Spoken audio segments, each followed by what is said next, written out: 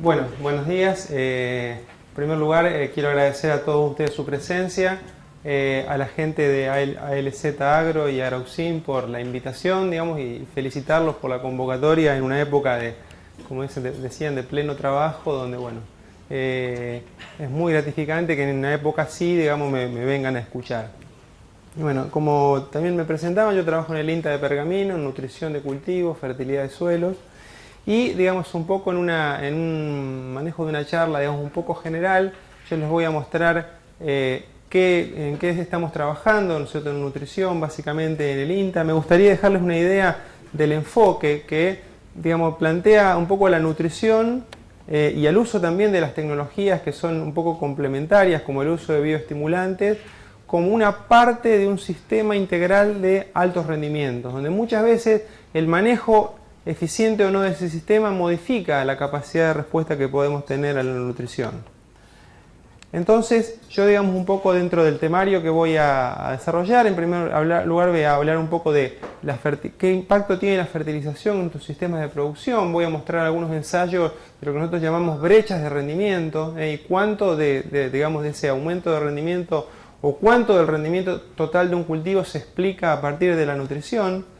Después voy a hacer alguna referencia a lo que es el uso de micronutrientes, que es parte, digamos, cuando nosotros tomamos un producto de manera, digamos, un perfil global, digamos, un perfil de bioestimulante, ¿no es cierto?, como es el caso que hoy explicaban de Smartfoil, siempre tiene, digamos, dos componentes. Un componente fisiológico, ¿no es cierto?, que está relacionado con lo que describía hoy Manuel, digamos, de la tolerancia al estrés, la promoción de crecimiento, y un componente nutricional, digamos, a partir de los elementos que tienen. Siempre esta segunda parte es un poco más fácil de predecir la respuesta debido a que nosotros podemos medir, digamos, el contenido de un nutriente tanto en el suelo como en la planta y hacer un diagnóstico más preciso.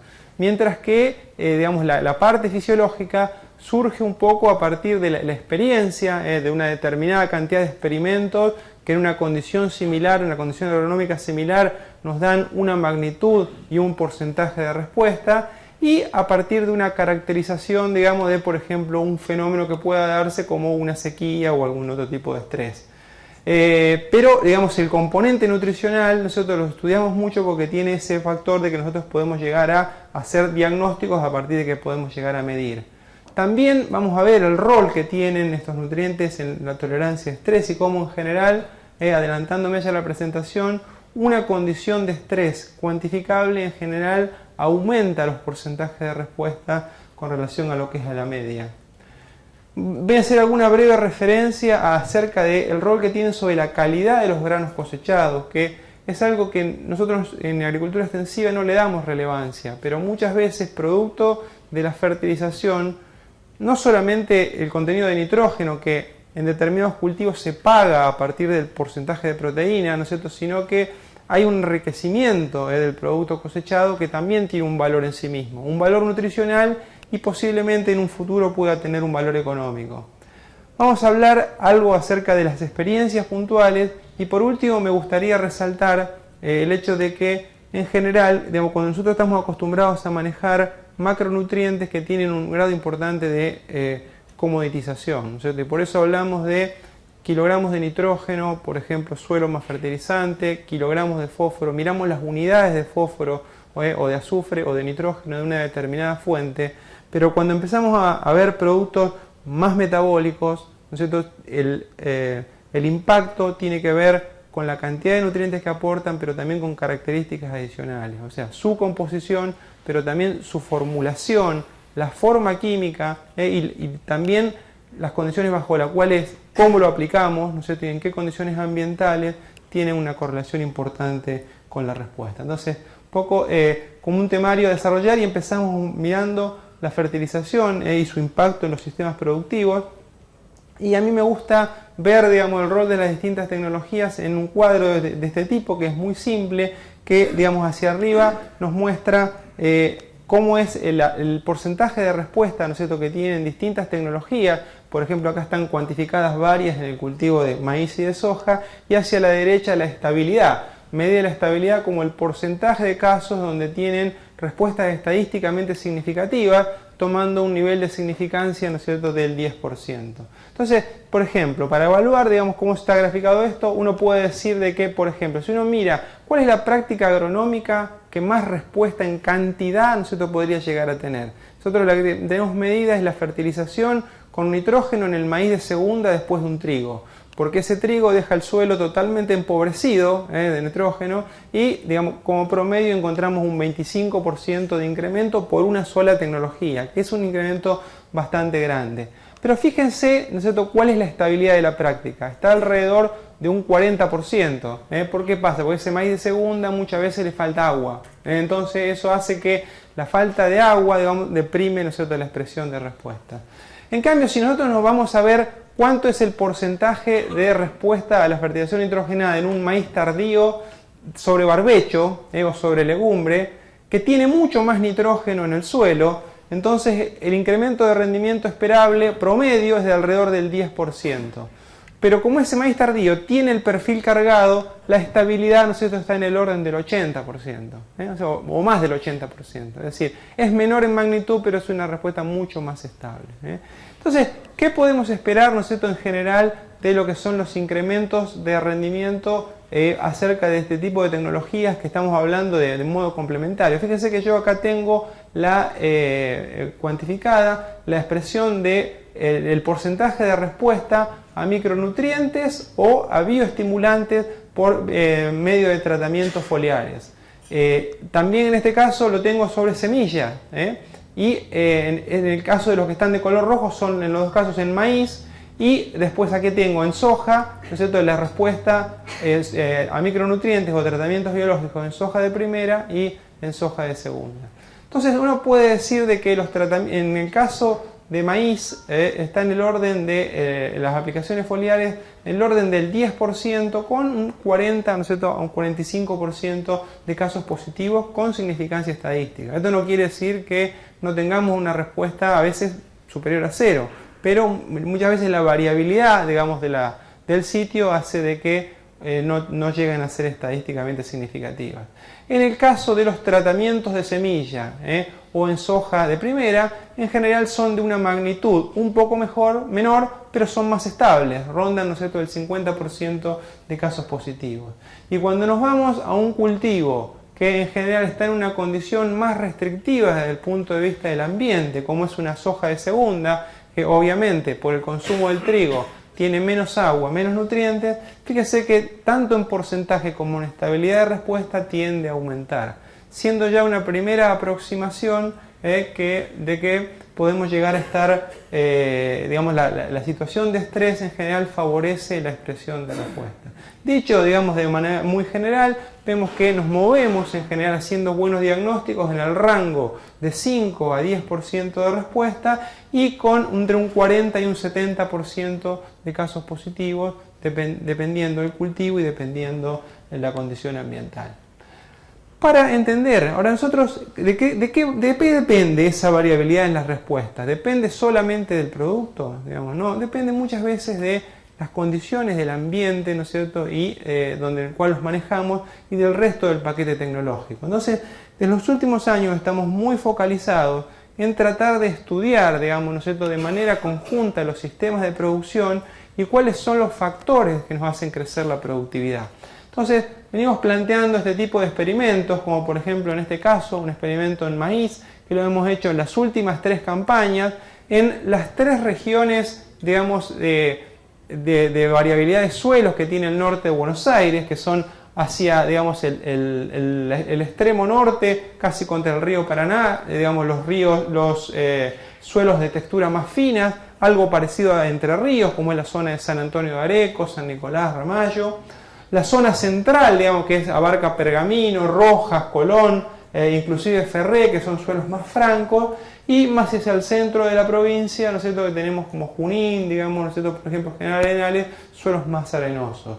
Y tanto en maíces de primera, en maíces de diciembre sobre barbecho, lo que llamamos maíces tardíos, o maíces directamente de segunda sobre trigo, venimos planteando este esquema, ¿no es cierto?, donde, por ejemplo, partimos de un planteo básico que lo hacemos casi una estrategia de mínima, con 60.000 plantas sembradas y una fertilización con fósforo y nitrógeno, y sobre ello le vamos agregando otras tecnologías como es por ejemplo la refertilización con nitrógeno en B6, el uso foliar de fungicidas o el uso, digamos, de tratamientos, por ejemplo, de bioestimulación por vía foliar. Y también tratamientos completos, ¿no es cierto?, donde tenemos las tres tecnologías.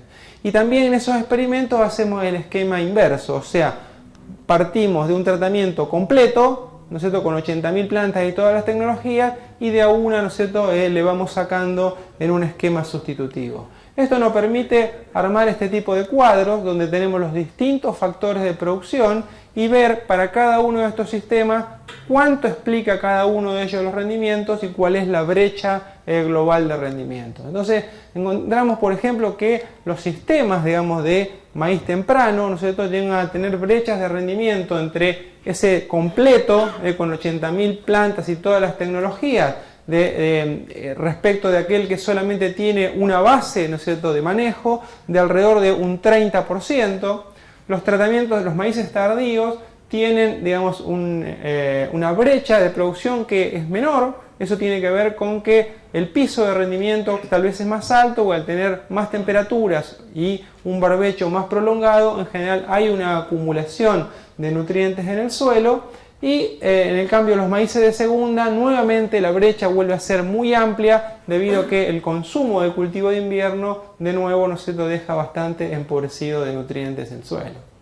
Vemos que las tecnologías que nosotros podemos ver como complementarias, digamos, ¿no es cierto?, las que hablamos de aplicaciones, por ejemplo, foliares, de bioestimulantes, de micronutrientes, en el caso de estos sistemas llegan a explicar, dependiendo precisamente de cuál es el sistema, entre un 3,5 y un 7,7%.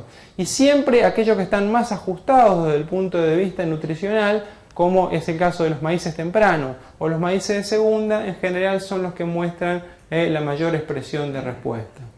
De modo que si uno cuantifica, digamos, para cada uno de estos sistemas de producción de maíz, cuál es la importancia del ajuste de una determinada tecnología, vamos a ver de que la mayor parte de los factores tienen más peso, ¿no es cierto?, en esos maíces tempranos. O sea, el maíz temprano sigue siendo el de mayor potencial de rendimiento, pero también es aquel que es más importante hacer un buen manejo tecnológico, porque cada una de las variables, el buen manejo, tiene más peso en la expresión de rendimiento.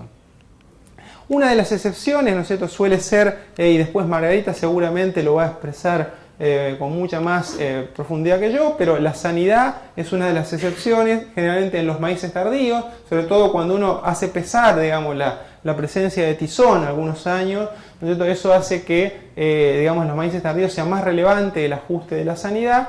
Y en los maíces de segunda, ¿no es cierto?, sobre trigo, es un sistema intensificado de muy buena producción, pero nuevamente, ¿no es cierto?, el componente nutricional tiene que ver mucho, digamos, ¿no es cierto?, con la expresión de rendimiento. Fíjense que solamente nitrógeno explica un 20% y el uso de la fertilización complementaria prácticamente, ¿no es cierto?, un 7,7%. Este mismo esquema, ¿no es cierto?, lo venimos haciendo bastante en soja, ¿no es cierto?, de la misma manera, donde evidentemente en soja vemos que ese salto de tecnología, si bien, por ejemplo, el componente de nitrógeno no está por la fijación biológica, vemos que es un cultivo donde le falta mucha intensificación respecto de lo que estamos haciendo. Este, por ejemplo, es un resumen, ¿no es cierto?, de la tecnología utilizada en soja, digamos, en distintos sectores del país, y podemos ver de que si uno hace un primer pantallazo de lo que es la nutrición, fíjense que a nivel país se usan 10 unidades de fósforo y 5 unidades de azufre por hectárea, ¿no es cierto?, que es un nivel de reposición menor al 50% de la cantidad de nutrientes que la soja se lleva con los granos.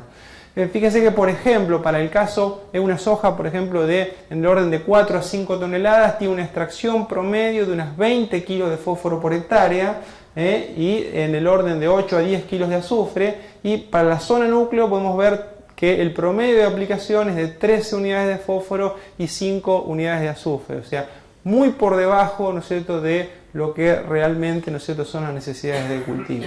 Otra muestra cabal de eso es que solo en el 14% de los lotes la decisión de fertilización se usa con algún podríamos decir a esta altura un rudimento técnico, ¿no es cierto?, que es el análisis de suelo, con solamente un 14%, en el resto podríamos decir que es bastante intuitiva, de modo que hay bastante, digamos, ¿no es cierto?, para ajustar y para mejorar, ¿no? Entonces también en soja, digamos, de hace varios años venimos haciendo unos esquemas, digamos, ¿no?, de utilización, digamos, de sistemas de potencial de rendimiento, que básicamente consisten en, esto es el promedio, ¿no es cierto?, de las últimas 6 campañas, donde ¿qué hacemos, digamos, para medir estos ensayos de potencial de rendimiento? Lo que hacemos es hacer una parcela, tanto, digamos, en sojas de primera como de segunda, donde tratamos de utilizar, digamos, una variedad moderna, digamos, que tenga todos los eventos y con todo el paquete tecnológico de insumos aplicado sobre ella. Y a partir de eso le vamos sacando tecnología y vemos cuánto es la caída de productividad. Entonces, por ejemplo, si nosotros le sacamos de una variedad que tenía todos los genes, que es STS y AIPRO, le sacamos la tecnología, digamos, de resistencia a insectos. Esto no pretende ser una cuantificación de cuánto nos aporta el carácter intacto, simplemente es un ejemplo, digamos, ¿no? Porque en 2 ensayos, obviamente hechos en pergamino, no lo voy a poder medir, pero simplemente un ejemplo. Podemos ver que en fechas de siembra temprana, en estos 2 experimentos, no vimos caída de rendimiento, y sí en la fecha de segunda vemos una caída de alrededor de 150 kilos por hectárea. Le sacamos el carácter STS y ahí sí vemos una caída de rendimiento tanto en siembras tempranas como en siembras de segunda, lo cual nos hace ver de que evidentemente hay mucho residuo de herbicidas dando vuelta, digamos, en nuestros suelos. Le bajamos la densidad de 30 a 20 plantas por metro cuadrado. También es un factor, la soja tiene una gran capacidad compensatoria, pero llegado a un límite, ¿no es cierto?, ya no lo puede compensar y hay una caída de rendimiento abrupta que vemos que es importante. Le sacamos la fertilización, que es una fertilización en este caso completa, o sea, hablamos de un sistema completo que tiene fósforo, azufre y el agregado de nutrientes por vía foliar, y lo comparamos con otro que no tiene nada y vemos una caída de rendimiento de entre 300 y 500 kilos. Obviamente en fechas tardías de segunda es mayor porque está el consumo de trigo de por medio. Le sacamos la inoculación, una nueva caída de rendimiento. Le sacamos los fungicidas, una nueva caída de rendimiento. O sea, en cada uno de estos, para dejarlo bien claro, la comparación es este tratamiento completo y le sacamos de a una la tecnología y probamos todo contra el completo. Entonces vemos individualmente cuánto aporta cada una de ellas. En resumen, cuando vemos la brecha total, está en el orden de los 1100 a 1200 a 1300 kilos por hectárea, lo cual representa del orden de el 25%, digamos, en la fecha de siembra de segunda y alrededor de un 20% en la siembra de primera. Y, digamos, la penalidad por atraso en la fecha de siembra está en el orden de alrededor de los 30 a 35 kilos por hectárea por día de retraso en la fecha de siembra.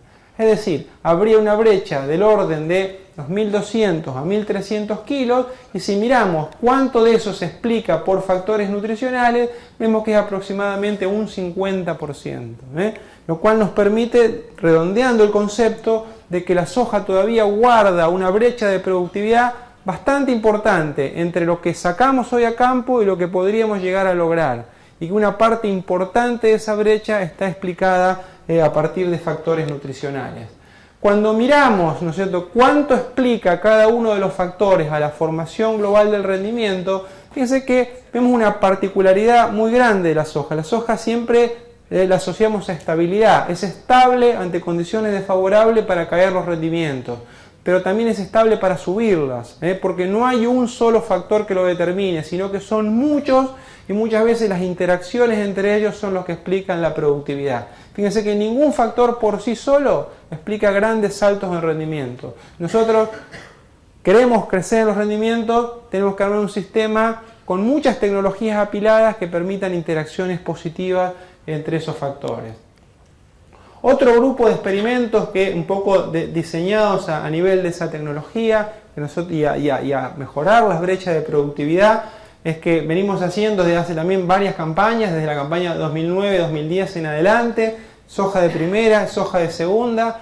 Cruzamos los 5 grupos de maduración más adaptados al norte de Buenos Aires, desde el 3 corto al 5 corto, y eso lo cruzamos por tratamientos, digamos, que tienen un testigo sin fertilización, el agregado de fósforo, fósforo más azufre y fósforo, azufre, ¿no es cierto?, y nutrientes por vía foliar, haciendo, digamos, un tratamiento completo.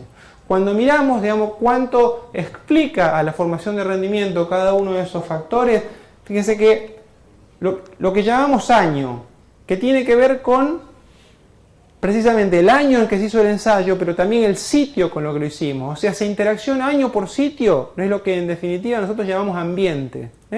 Explica el ambiente, entonces explica más del 50% de los rendimientos de soja. La fertilización el 21% y el grupo de maduración un 12,7%. Y eso también nos cuestiona a nosotros un poco el abordaje de la investigación para tratar de crecer en rendimiento. No hay, digamos, temática sobre la que se hagan más ensayos en Argentina y probablemente en muchas partes del mundo que los ensayos de genética, comparación de variedades.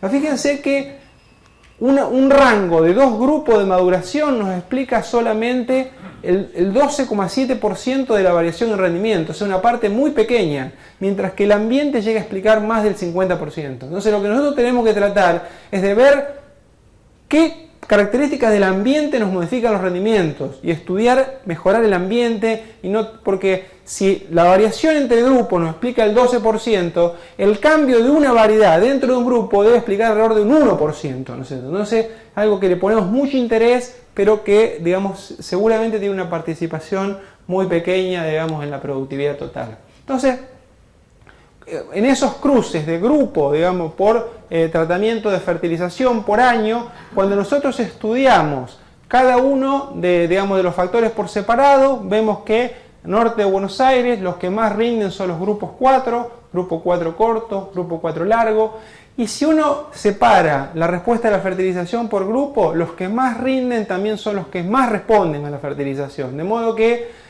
cuando estamos haciendo una selección, digamos, de un determinado grupo, una determinada variedad, también estamos seleccionando por eficiencia de uso, ¿no es cierto?, de los insumos, en este caso de los nutrientes.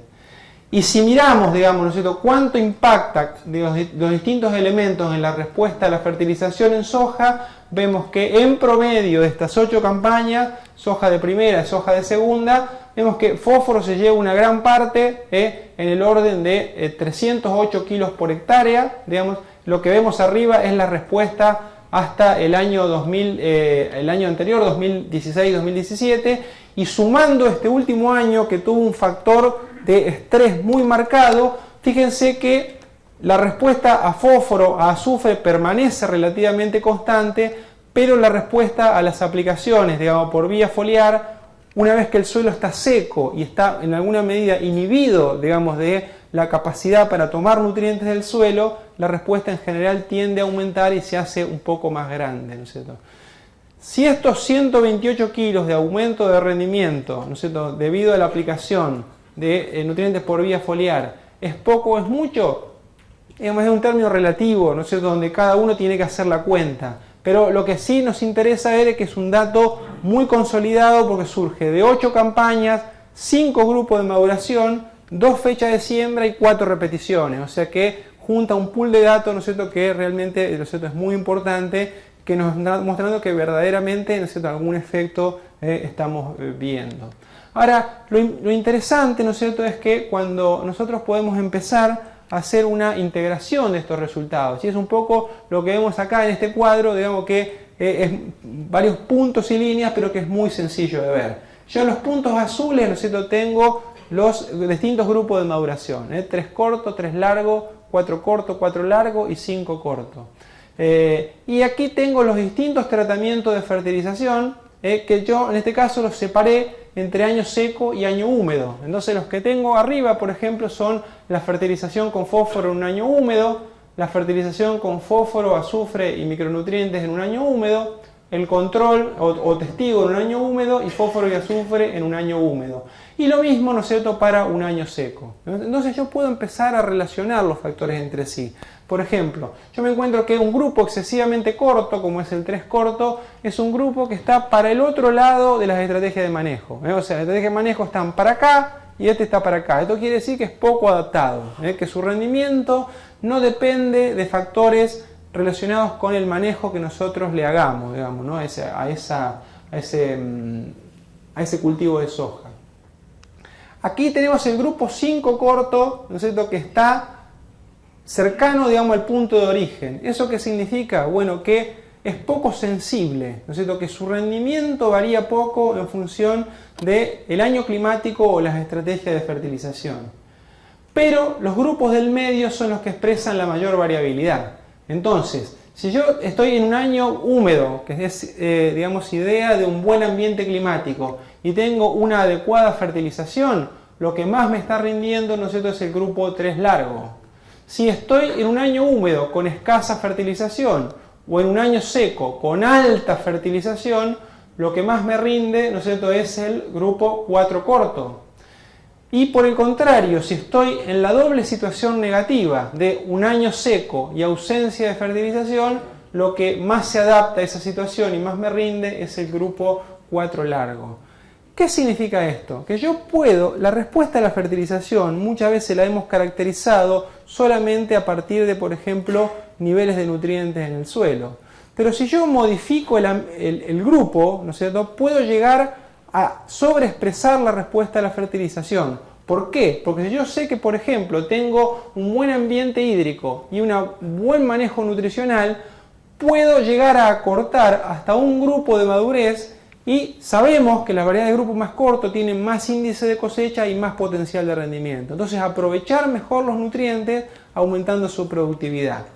Por el contrario, si yo estoy permanentemente en un ambiente pobre, por ejemplo seco y con baja fertilización, intuitivamente voy seleccionando cultivar esos grupos de menor potencial de rendimiento, que naturalmente rinden menos, y yo me voy poniendo un techo a la producción. Es decir, si permanentemente recreo un mal ambiente productivo, por ejemplo por sequía y baja fertilización, voy a seleccionar una variedad excesivamente larga que ya me pone un techo a los rendimientos respecto de lo que podría tener si tengo un buen ambiente climático. Entonces, es un concepto muy importante que hemos aprendido, que las respuestas no dependen solo del suelo, sino muchas veces yo tengo la capacidad para aprovecharlas mejor si igualmente voy modificando también mis medidas de manejo.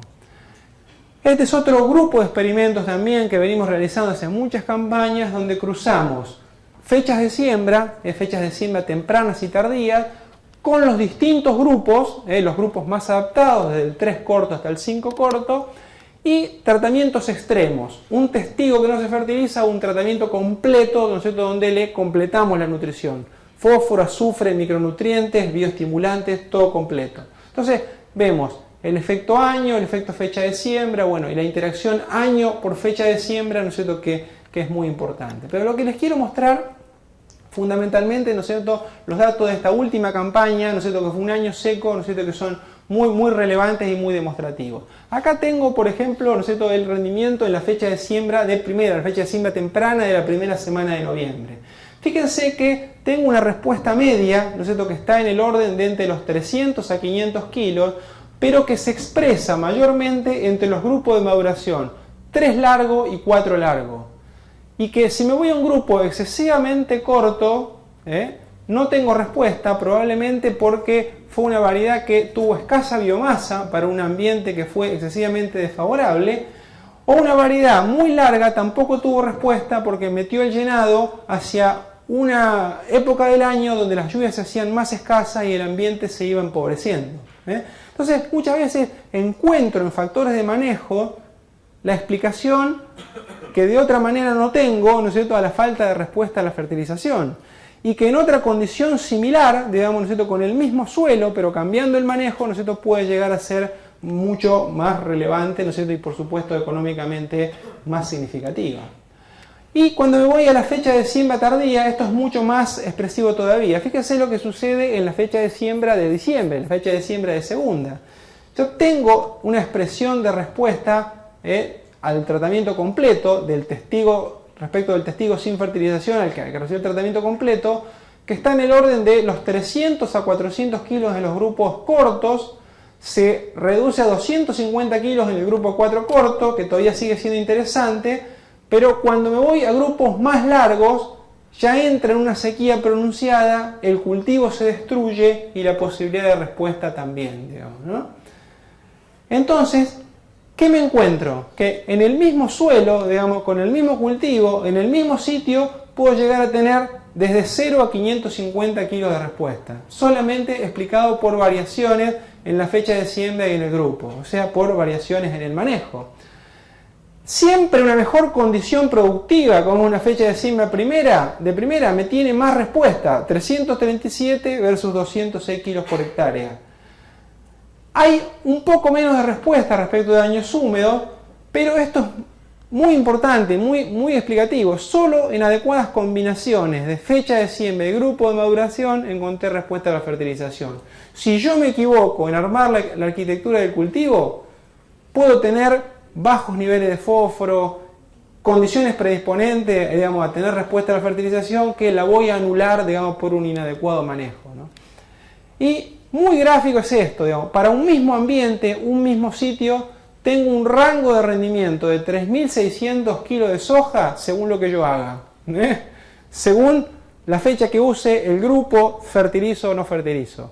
Puedo tener en un mismo sitio rendimientos de casi 5.500 kilos, como es esta condición particular, hasta de 1.700 kilos por hectárea. Entonces, en esta interacción se juega el rendimiento y es importante conocer, digamos, cómo se traduce en mi región para tratar de sobreexpresar la respuesta a los insumos que estoy poniendo en juego, ¿no es cierto?, como para aumentar la productividad. Bueno, pasando, digamos, un poco de esta caracterización global, de ese enfoque de fertilización dentro del sistema que tratamos de darle a nuestros experimentos, vamos a empezar a ver algunas cuestiones más específicas, digamos, como por ejemplo, digamos, las causas y diagnósticos de la carencia de micronutrientes y el rol que tienen estos fertilizantes, fundamentalmente de aplicación foliar, en la tolerancia a estrés. Decimos que cuando nos encontramos con un producto, digamos, de naturaleza compleja, que como podemos llamar de un bioestimulante, por ejemplo, vamos a encontrar un componente fisiológico y un componente nutricional, ¿no es cierto?, como decía al principio. El componente fisiológico, bueno, tiene que ver muchas veces con cuestiones subjetivas o con mediciones que son relativamente profundas, como por ejemplo el contenido de algún aminoácido, alguna señal, digamos, alguna molécula señal dentro de ellas. Y en el caso del componente nutricional, generalmente es bastante más fácil de medir porque, digamos, tanto el suelo como la planta tiene parámetros bastante establecidos y umbrales publicados, donde si nosotros estamos por debajo de los mismos, en general podemos llegar a predecir la respuesta que vamos a tener. Yendo a los micronutrientes en particular, ¿cuáles son los que en general, digamos, en la región pampeana hemos visto más respuesta y cuáles son las causas, digamos, de que aparezcan las respuestas?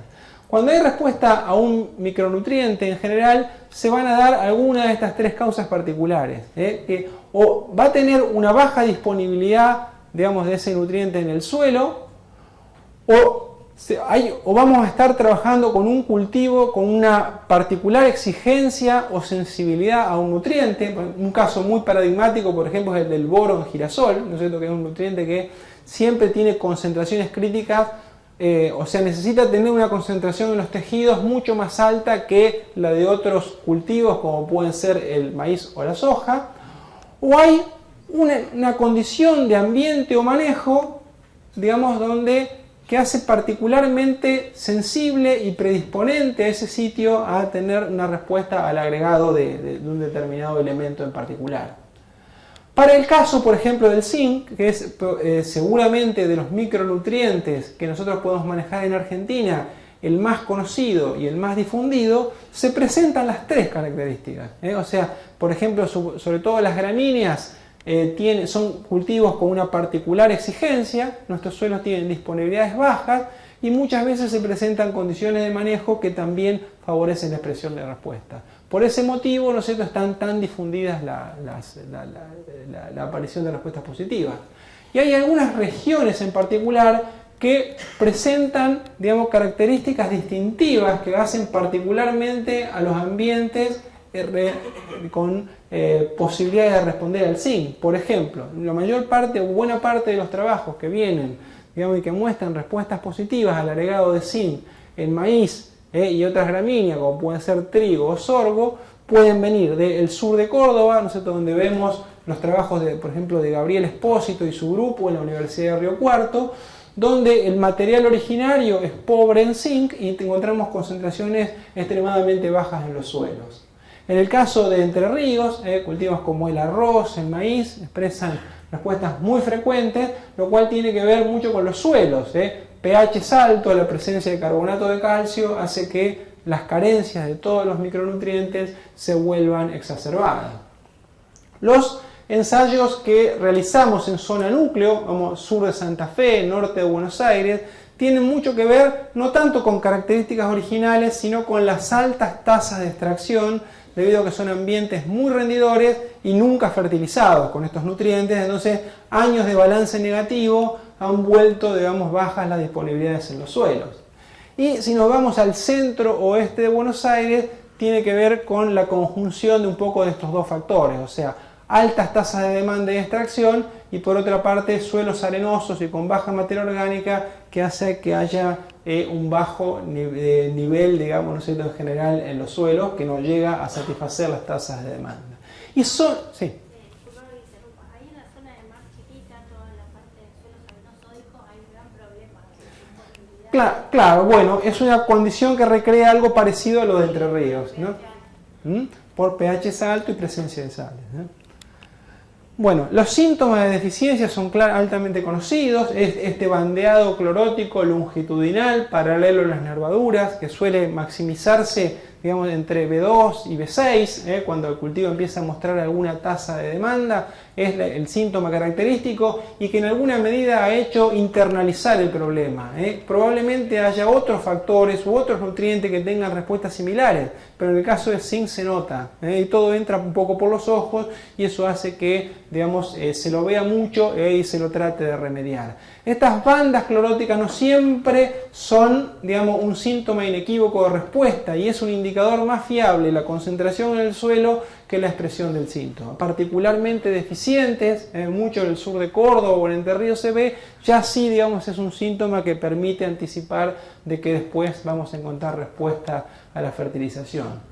Muchas veces hay características del cultivo que vuelven a la situación más predisponente. Por ejemplo, el zinc muestra un antagonismo bastante fuerte con el fósforo. La aplicación de fertilizantes fosforados en línea hace que tiendan a formarse fosfatos de zinc que son temporalmente insolubles y eso hace que la absorción por parte de la planta durante las primeras etapas sea bastante deficitaria. Esto lo podemos ver en ensayos de fertilización donde nosotros, por ejemplo, comparamos tratamientos al boleo versus tratamientos en banda, y estos tratamientos en banda se nota mucho más, digamos, por la presencia de altas concentraciones de fósforo en la línea, que hace que la absorción de zinc, digamos, en alguna medida, al menos por un tiempo, se vea bloqueada.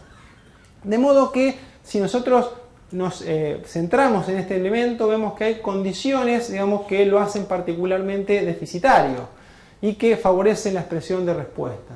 Entre los factores químicos podemos decir que la presencia, digamos, de suelos con pH mayor a 7 o la presencia de carbonatos, el bajo contenido de materia orgánica o si uno toma en el horizonte superficial la relación materia orgánica-arcilla, digamos, debajo de un determinado nivel que, por ejemplo, en la capa superficial hemos establecido como 0,15, niveles de fósforo por arriba de 20 partes por millón, que hay en pocas regiones de nuestro país, pero también niveles de fertilización por arriba de 20 unidades de fósforo por hectárea, o cuando hay una alta saturación con calcio y magnesio, digamos, en esos suelos, son factores de origen químico, digamos, bastante predisponentes. Y también hay factores relacionados con el ambiente y el manejo. Cuando nosotros estamos dentro de una zona endémica, como las que mencionábamos, cuando hemos visto los síntomas en años anteriores, cuando los sitios, digamos, tienen un largo historial de monocultivo o no tienen historial de fertilización con zinc, Cuando se siembran gramíneas, especialmente gramíneas de estación fría, ¿no es cierto?, como puede ser el trigo o el maíz temprano, o si estamos en una salida de primavera excesivamente lluviosa o con bajas temperaturas, son todas situaciones predisponentes que nos llevan a recomendar, digamos, un poco la variable definitiva, digamos, para tratar de predecir si va a haber respuesta o no, que es el análisis de zinc realizado en suelo. Si ese nivel de zinc en los primeros 20 centímetros nos da, digamos, por debajo de una parte por millón, entonces podemos caracterizar al sitio como un sitio deficitario y con alta factibilidad de respuesta. Y entonces empezamos a pensar en una estrategia que nos permita remediar esa probable deficiencia y hablar de, bueno, la fuente con que la vamos a utilizar, la forma, la metodología, etc. ¿no? En definitiva, decimos que el factor determinante de si esperamos respuesta o no es el análisis de zinc en suelo. El análisis de zinc no es uno de los análisis más tradicionales que se hagan y no está, digamos, entre el paquete básico, ¿no es cierto?, de análisis de suelo que realiza el productor. Entonces, decimos que si estos componentes químicos y de manejo están presentes, sí consideramos imprescindible hacer el análisis de zinc en suelo y a partir de su disponibilidad establecemos si va a haber expectativas de respuesta o no a la fertilización. Esto es lo que les muestro ahora a continuación. Es un poco una red de experimentos que hemos hecho, digamos, con otros INTA, un proyecto nacional que teníamos en el INTA que finalizó la campaña pasada, donde establecimos que por el método del DTPA, que es un extractante, digamos, quelatante, un extractante orgánico, una parte por millón es el umbral crítico. Si estamos por debajo de una parte por millón, esperamos por lo menos un 5% de aumento de respuesta. También se pueden usar estos otros extractantes, como son Melich 3, que es el más utilizado en Estados Unidos y Brasil, con igual capacidad predictiva, pero cambia el umbral a aproximadamente 2 partes por millón, y ambos extractantes tienen buenas correlaciones entre sí. Bueno, esta problemática del zinc, digamos que un poco hemos hablado más de manera específica, hoy está abarcando, digamos, un gran número de regiones. Esto es un poco una interpretación de muestras enviadas a un laboratorio de suelos y la clasificación de los datos en función de las regiones. Fíjense que si nosotros tomamos las muestras hasta el 2005, podemos caracterizar como las zonas que están de color rojo o anaranjado como zonas deficitarias con niveles de baja disponibilidad. Encontramos que digamos, la zona núcleo estaba en niveles intermedios o en el rango, digamos, crítico, cerca del umbral, y que encontramos amplios sectores de Entre Ríos, Santa Fe, Córdoba y el oeste de Buenos Aires como deficitarios. Hacia 2010 esas zonas más o menos se mantenían, pero si la miramos en la actualidad, prácticamente solamente el sudeste de Buenos Aires está quedando como una zona bien provista y el resto muestra amplias niveles de carencia, con lo cual es un nutriente que digamos, la necesidad de incorporarlo en los sistemas se ha vuelto, ¿no es cierto?, mucho más relevante. Si uno mira, digamos, a nivel regional, fíjense que por provincia Entre Ríos lideraría, digamos, el porcentaje de sitios con deficiencia con más de un 80%. En Córdoba y Santa Fe estamos en el orden del 70 a 75% de los suelos o de las muestras de suelos enviadas por los productores por debajo de los umbrales críticos, y Buenos Aires, digamos, estaría en un nivel un poco más equilibrado, pero todavía predominando los sitios con deficiencia y por lo tanto con expectativa de respuesta a la fertilización. Si uno lo mira más en detalle, por ejemplo a nivel de departamento, por Santa Fe, vemos que hay una gran cantidad, sobre todo los que tienen que ver con el centro-sur, que son los más agriculturizados, con niveles por debajo del umbral crítico de respuesta a la fertilización. Y si nos vamos, por ejemplo, a la provincia de Córdoba, más todavía, son suelos más arenosos, más frágiles, hay un porcentaje de sitios todavía mayor con posibilidades de expresión de respuesta.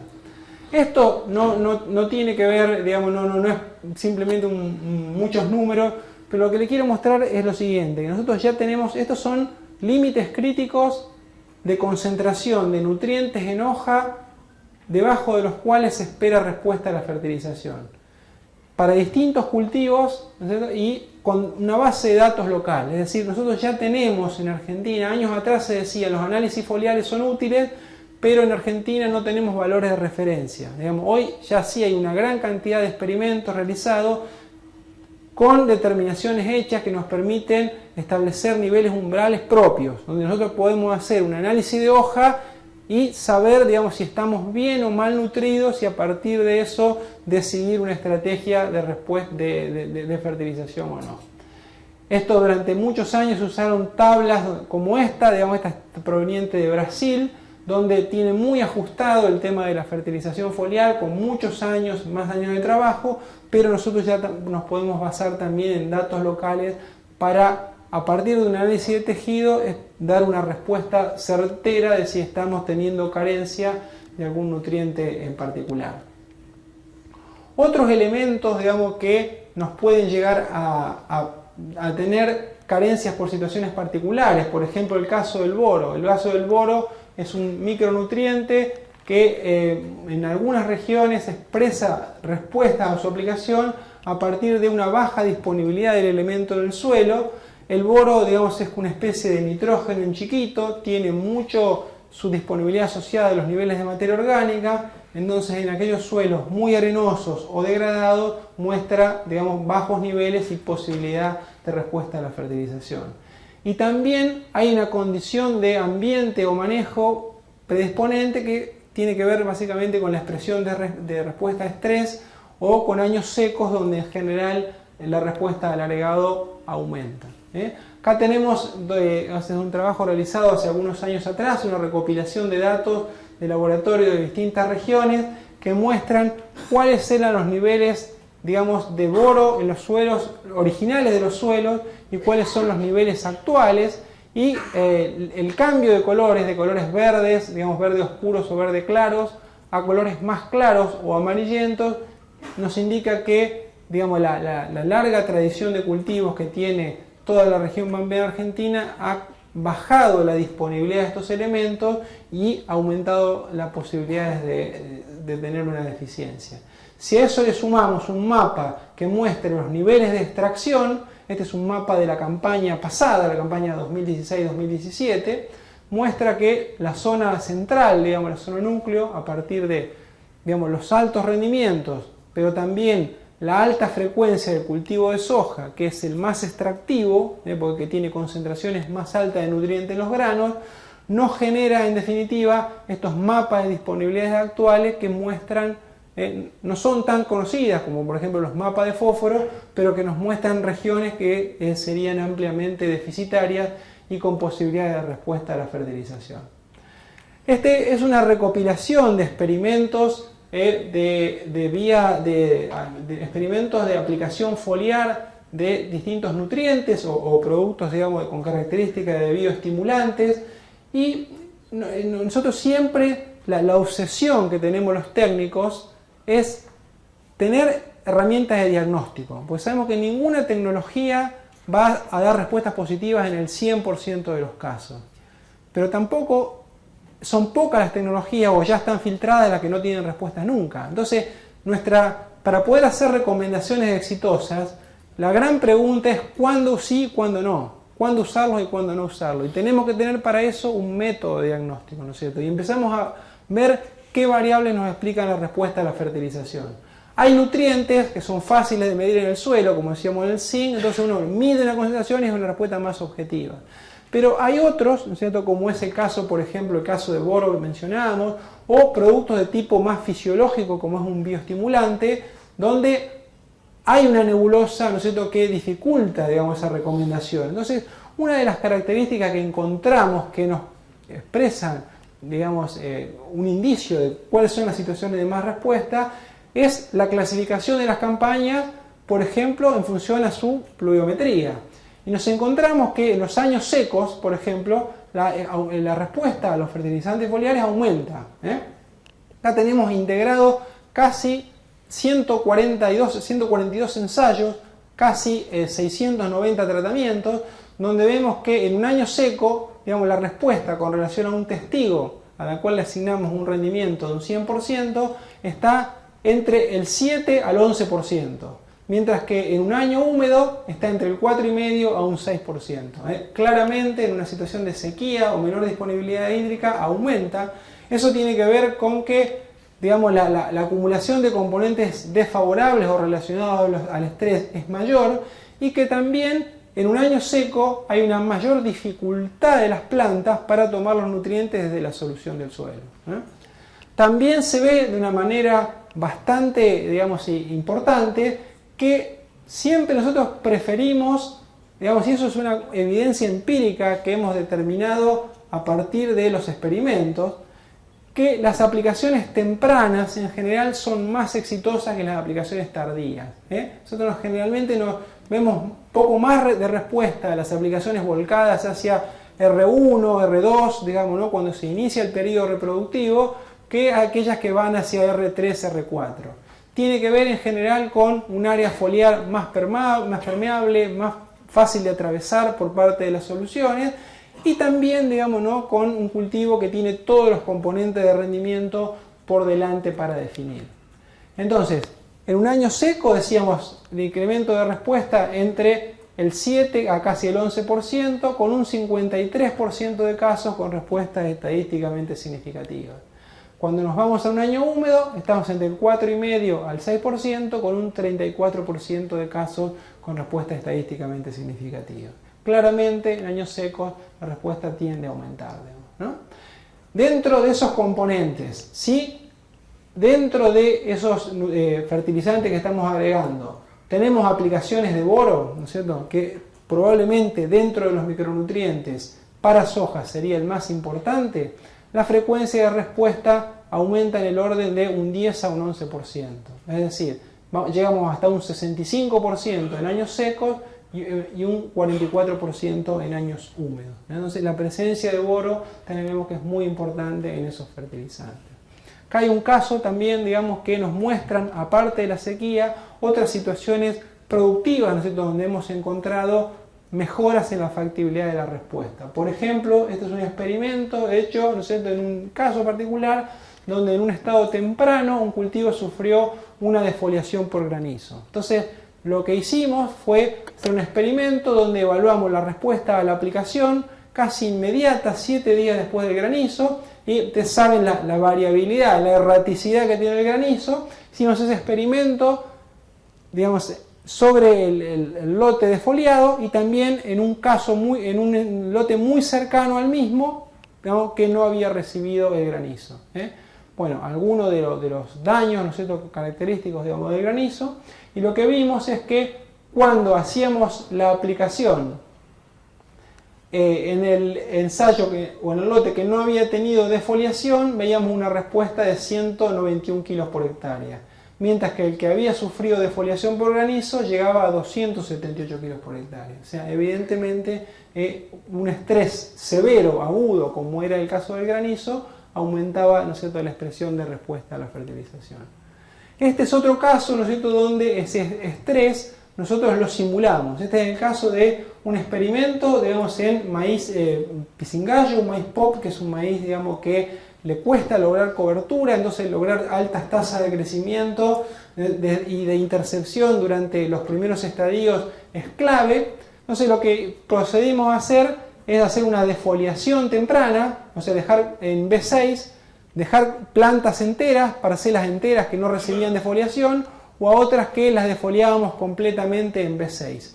Y sobre eso inmediatamente hacíamos tratamiento de aplicación con fertilizantes de uso foliar y medíamos la evolución de la intercepción de radiación.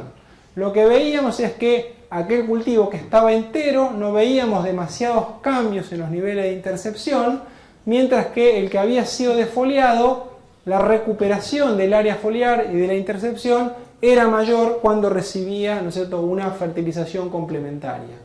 Como producto de eso, cuando nosotros comparábamos, digamos, la brecha de rendimiento debido a la aplicación de fertilizantes por vía foliar, en este caso con un alto contenido de zinc, cuando el tratamiento permanecía entero, encontramos una respuesta que era muy escueta, muy pequeña y no era significativa. Mientras que aquel que había sido defoliado teníamos una respuesta de 700 kilos por hectárea, que era casi un 15%. O sea, una condición desfavorable del cultivo, digamos, más allá de que la disponibilidad de nutrientes en el suelo era la misma, favorecía la respuesta a la fertilización. De un modo esquemático uno podría decir entonces que la condición ideal de crecimiento de un cultivo sería, ¿no es cierto?, que éste no tenga ningún estrés, o sea, que crezca en las condiciones de radiación, pluviometría y temperatura ideales y que tenga una tasa de crecimiento óptima, lineal, durante todo el ciclo de cultivo. Pero eso, digamos, en agricultura extensiva sabemos que es irrelevante e irreal, o sea, el estrés es la condición natural y por lo tanto lo que vemos es que en la práctica es que las tasas de crecimiento suelen bajar producto de que estas condición ambiental con frecuencia no está en el óptimo, tiende a bajar y con frecuencia cruza ese umbral de estrés que afecta el rendimiento. Entonces, la fertilización complementaria tendría como objetivo, ante esas situaciones de estrés que promueven la síntesis de productos y de hormonas que disparan reducciones en rendimiento, abscisión de vainas y aborto de frutos, bueno, tratar de llevar nuevamente la tasa de crecimiento, no digamos al óptimo, que es una condición prácticamente irreal, pero por arriba de un umbral de estrés que afecte severamente el crecimiento. O sea, devolverlo, digamos, al cultivo a una situación fisiológica, digamos, un poco más acomodada, lo que no nos está ofreciendo naturalmente el ambiente. Sobre la calidad de los granos cosechados, simplemente, digamos, una mención. Les voy a mostrar que hay cosas que nosotros, digamos, porque hoy, digamos, no son pagables o no forman parte, digamos, ¿no es cierto?, de nuestro negocio, nosotros no la tenemos en cuenta, pero lo que podemos ver es que, por ejemplo, tratamientos de aplicación foliar, digamos, o sobre semilla que tienen un determinado nutriente, por ejemplo, en este caso zinc, logran prácticamente aumentar hasta un 30% la concentración de esos nutrientes en los granos, lo cual, digamos, desde el punto de vista nutricional es algo muy favorable y probablemente lo pueda llegar a ser el día de mañana desde el punto de vista comercial.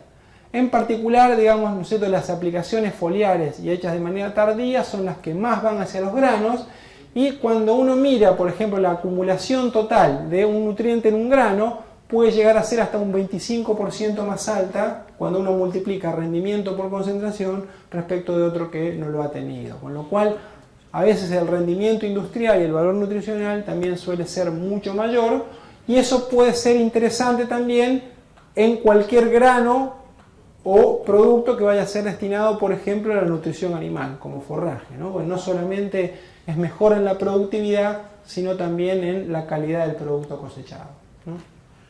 Voy a mostrar ahora rápidamente algunas experiencias. Estas son puntuales que hemos hecho en conjunto, digamos, ¿no es cierto?, con Smartfoil, que es un poco lo que nos convoca. Les voy a mostrar particularmente experiencias realizadas durante los últimos 3 años. Las anteriores ya se las habían mostrado, digamos, ¿no es cierto?, en las anteriores presentaciones.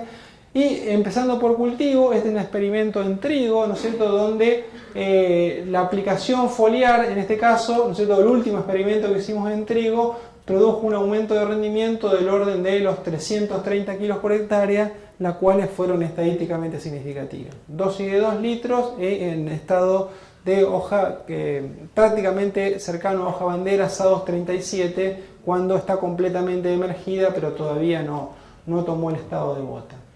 En el caso de maíz, bueno, este es uno de los otros experimentos que hemos hecho. En este caso, lo que está evaluado aquí es el Smartfoil, es este, que llamamos experimentalmente B55, ¿no es cierto?, que es el nombre, digamos, codificado. Este es un tratamiento, digamos, de un producto experimental, o las dos aplicaciones en conjunta, y este aquí es un testigo comercial, digamos, ¿no? Y bueno, las aplicaciones de Smartfoil estuvieron dentro de los productos evaluados, de los de más alto rendimiento, y cuando se complementó con este producto experimental, bueno, un poco más alto todavía. Esto es producto de 2 aplicaciones, en B8, ¿no es cierto?, más BT. Aquí otro experimento, ¿no es cierto?, donde también se visualiza la formulación contra un testigo, digamos, que no fue fertilizado, Vemos acá lo que es el Smartfoil tradicional u otras formulaciones que en ese momento estábamos evaluando, que tienen el agregado de calcio o tenían el agregado de nitrógeno y potasio. Este es otro producto, digamos, experimental de la misma compañía, de Agroxin, y este es un testigo comercial. Y este es el tratamiento de Smartfoil con el experimental. Bueno, veíamos en este caso entonces muy interesante los tratamientos de Smartfoil solo, pero también, digamos, el agregado de calcio en este caso se veía como con un pequeño aumento adicional. Si uno lo relaciona con el testigo, una diferencia del orden de los 800 a 1000 kilos por hectárea. Respecto de los momentos de aplicación de ese experimento anterior, fíjense que teníamos aplicaciones en B6, en B8 o la suma de aplicaciones de B6 más B8. Lógicamente que una doble aplicación es lo mejor, es más repartido, digamos, y acompañando el ciclo de cultivo. Muchas veces en la práctica eso es difícil de hacer en la agricultura extensiva, pero lo que veíamos es que hacia B8, cuando el cultivo tenía mayor nivel de expansión foliar, tenía mejor intercepción del producto y tenía un mayor nivel de respuesta, ¿no? Entonces era interesante, digamos, ver que había un rango bastante amplio e inclusive estados avanzados permitían tener buenas respuestas a la aplicación. Y en el caso de soja, bueno, este es uno de los últimos experimentos, campaña 2015-2016, de nuevo un tratamiento base con el Smartfoil y en este caso, digamos, también acompañado de diferentes nutrientes, de un testigo comercial y, digamos, de un producto experimental de la misma compañía. Fíjense que el Smartfoil tradicional o enriquecido con calcio en general eran los que tenían los mejores resultados. Campaña siguiente, la 2016-2017, 2 litros por hectárea, estado de aplicación R3, B55 es el Smartfoil tradicional y en este caso es el mismo enriquecido con calcio o enriquecido con potasio. Fíjense que hay a veces diferencias, en este caso no hay diferencias, hay pequeñas diferencias por el agregado de algunos nutrientes como acompañantes del Smartfoil, pero en general no vimos nada consistente o que hiciera mucho ruido y es por eso que en general la formulación tradicional es la que sigue, digamos, en alguna medida como la que se utiliza comercialmente. Bueno, y esto es alguno de los experimentos, digamos, este es un experimento de la última campaña, donde son tratamientos de semilla con distintas dosis y simplemente para mostrarle de que, bueno, seguimos investigando y evaluando productos nuevos, ¿no? Que en el futuro, bueno, pueden llegar a ser incluso superadores de los que hoy hay comercialmente. O sea, más allá de lo que hoy puedan llegar a estar usando o adquiriendo, hay un nivel de investigación de base que, bueno, que continuamos realizando con el objetivo de lanzar nuevos productos con un desarrollo previo. Esto se los muestro, digamos que es una estrategia que tiene que ver, que es un poco independiente de lo que le venía mostrando, pero es una línea de trabajo en la que nosotros estamos avanzando bastante, que es el tratamiento con productos originalmente formulados, por ejemplo, para uso foliar, sobre vehículos no tradicionales como pueden ser, por ejemplo, los fertilizantes de base. Por ejemplo, la impregnación con un nutriente o con un bioestimulante de un fertilizante, como por ejemplo puede ser un fosfato monoamónico que vayamos a usar en el cultivo, ¿no? Que es algo que estamos viendo que en algunos casos resulta, digamos, con un resultado agronómico similar a la estrategia original, pero desde el punto de vista práctico y logístico mucho más factible.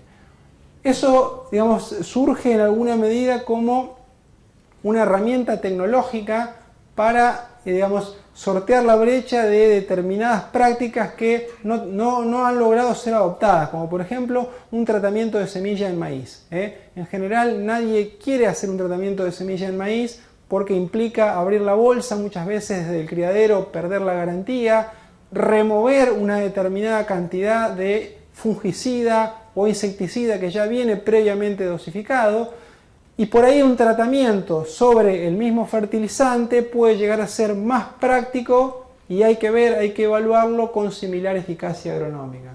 Esto lo hemos probado nosotros, por ejemplo, en el caso de tratamientos con fertilizantes conteniendo zinc, y fíjense que con relación a fertilizantes que son una referencia comercial, que son mezclas químicas, tratamientos sobre el fosfato monoamónico, sobre la urea, daban iguales resultados que la aplicación foliar o la aplicación sobre semilla, abriendo toda una nueva línea de trabajo, ¿no es cierto?, para su implementación.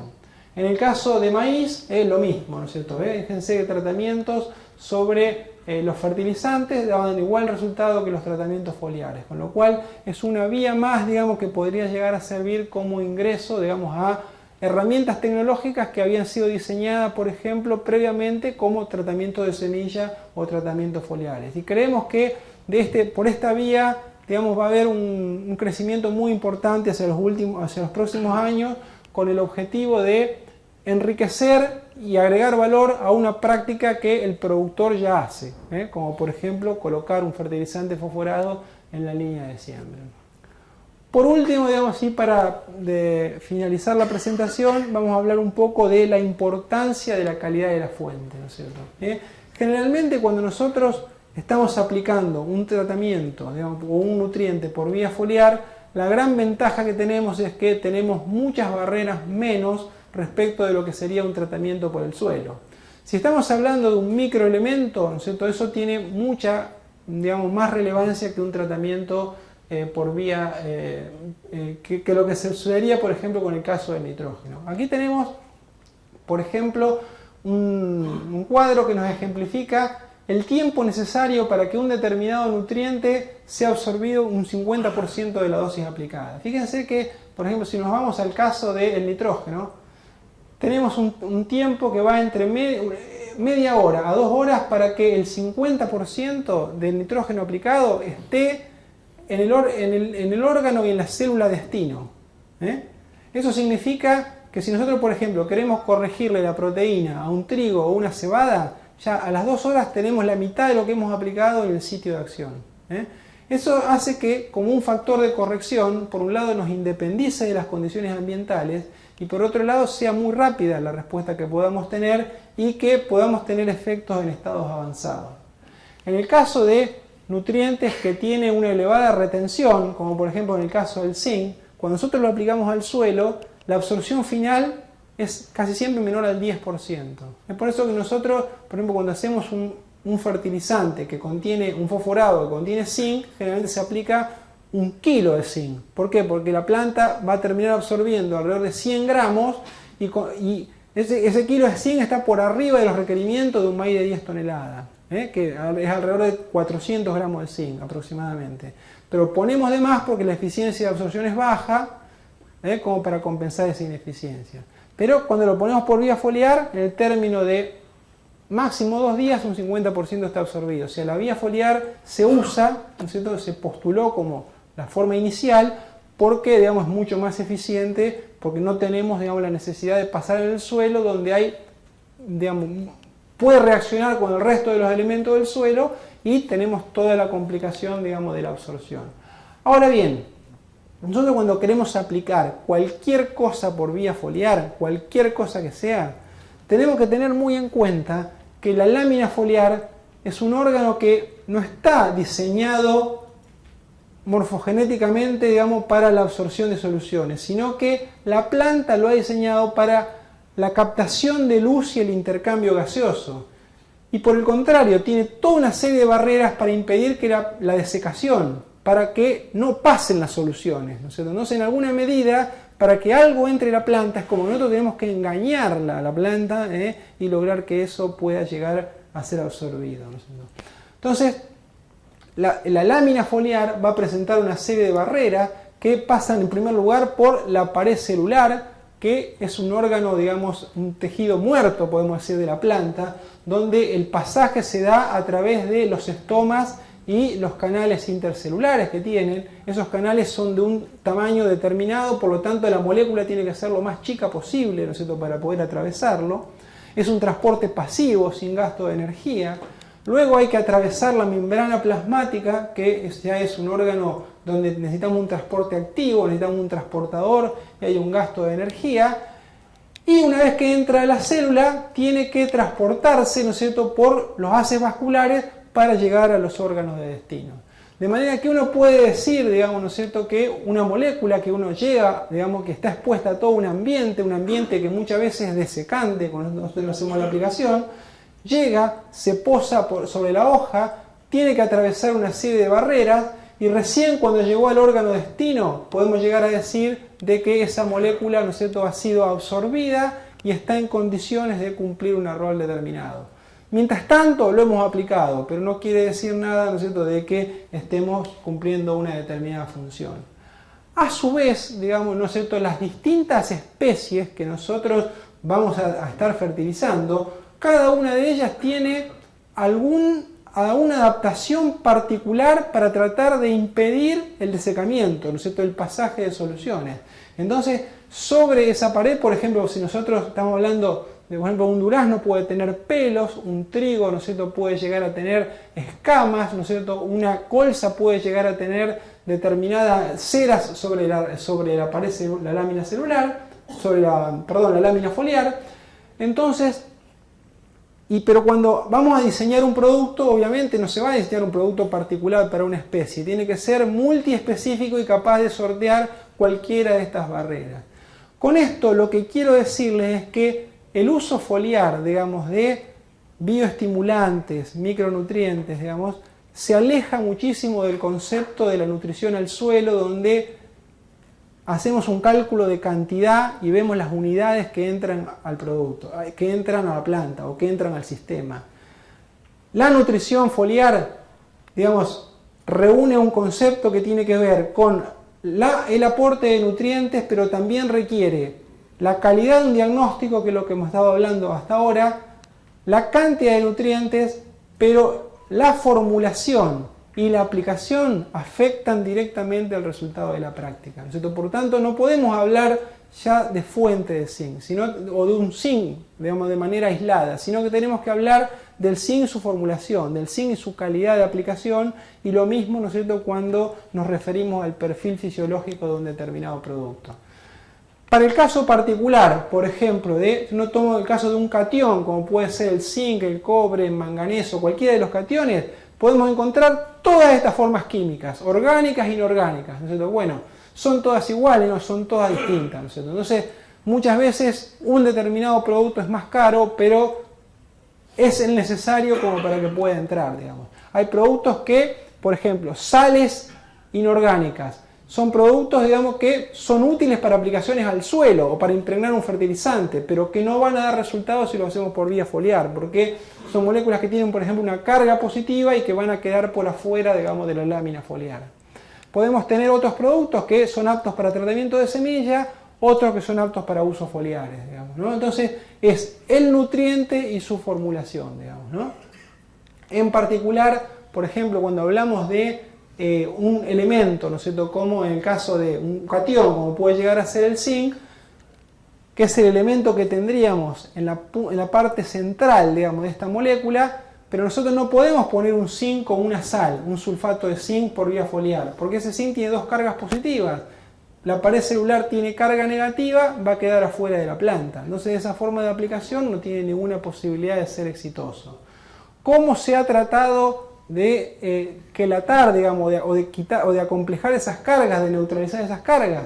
Bueno, formando distintas moléculas, como han sido los quelatos sintéticos, que son moléculas que son exitosas, pero son de un tamaño demasiado grande, entonces no pueden pasar la pared celular. Los óxidos, y hoy, digamos, la tendencia de la evolución es tratar de acomplejar las cargas mediante azúcares, que son las partículas de un tamaño más pequeño. Un poco, digamos, este es un poco el camino, digamos, ¿no es cierto? Cuando los micronutrientes comenzaron a usarse por primera vez, estaban en forma de sales, eso se vio que no andaba para la vía foliar, se los empezó a hacer quelatos sintéticos que datan de la década del 70, eran de tamaño muy grande, quedaban afuera de la pared celular, luego aminoácidos, y hoy, digamos, la tendencia es usar azúcares en la industria. de vuelta, reitero el concepto, todo elemento tiene que ver con lo que contiene y su formulación, su capacidad de entrada a la planta, por lo tanto no podemos generalizar, cada producto en particular es un mundo, digamos, ¿no? Vuelvo, ¿no sé? Entonces, para finalizar un poco esto de la importancia que tiene la formulación y la calidad de aplicación, a un poco el origen, de cómo empecé la presentación hablando de las interacciones con el sistema. Y a reflejar un poco estos experimentos que hacíamos de grupo de madurez por fertilización por fecha de siembra, ¿no? Una de las últimas campañas vemos que teníamos una respuesta al uso de micronutrientes, porque cruzábamos los 5 grupos, 3 cortos, 3 largos, 4 cortos, 4 largos y 5 cortos, por tratamientos que iban desde un testigo hasta un completo con fósforo, azufre, zinc y boro. Cuando mirábamos la respuesta, digamos, de el agregado de fósforo, azufre, zinc y boro versus fósforo, azufre, en este último año de experimentación teníamos 147 kilos de aumento de rendimiento por el uso de zinc y boro. Pero esa respuesta no era pareja. En la fecha de siembra de noviembre era de 356 kilos por hectárea, mientras que en la fecha de diciembre era de 0 kilos por hectárea. Haciendo un adecuado diagnóstico, aplicándolo de la manera correcta, a veces haciendo incluso un buen manejo de cultivo que muchas veces, independiente de la condición de aplicación, podemos crear las condiciones para que la respuesta esté mucho más arriba del promedio. Entonces, no tenemos que mirar la fertilización de manera aislada, sino que esta debe ser un componente más dentro del armado de un sistema de alta producción. Entonces, cambiamos un poco el enfoque, digamos, de vista de la fertilización. Una primera mirada nos hacía ver como que teníamos una limitante de un nutriente y que teníamos que agregarlo para empujar el rendimiento hacia arriba. Hoy tenemos un concepto más integral que nos dice que nuestros sistemas tienen un alto potencial de rendimiento. Generalmente en la región pampeana, un muy alto potencial de rendimiento. La nutrición no nos debe limitar a la expresión de ese potencial de rendimiento. No nos debe poner un techo. El techo lo debe dar el sistema. Debemos manejar correctamente la nutrición para que no nos afecte a alcanzar esos potenciales que naturalmente tienen nuestros ambientes. Bueno, con esto finalizo mi presentación. Agradezco de nuevo, digamos, a los organizadores por invitarme, a ustedes su asistencia y estoy a disposición si hay alguna pregunta. Bueno, muchas gracias.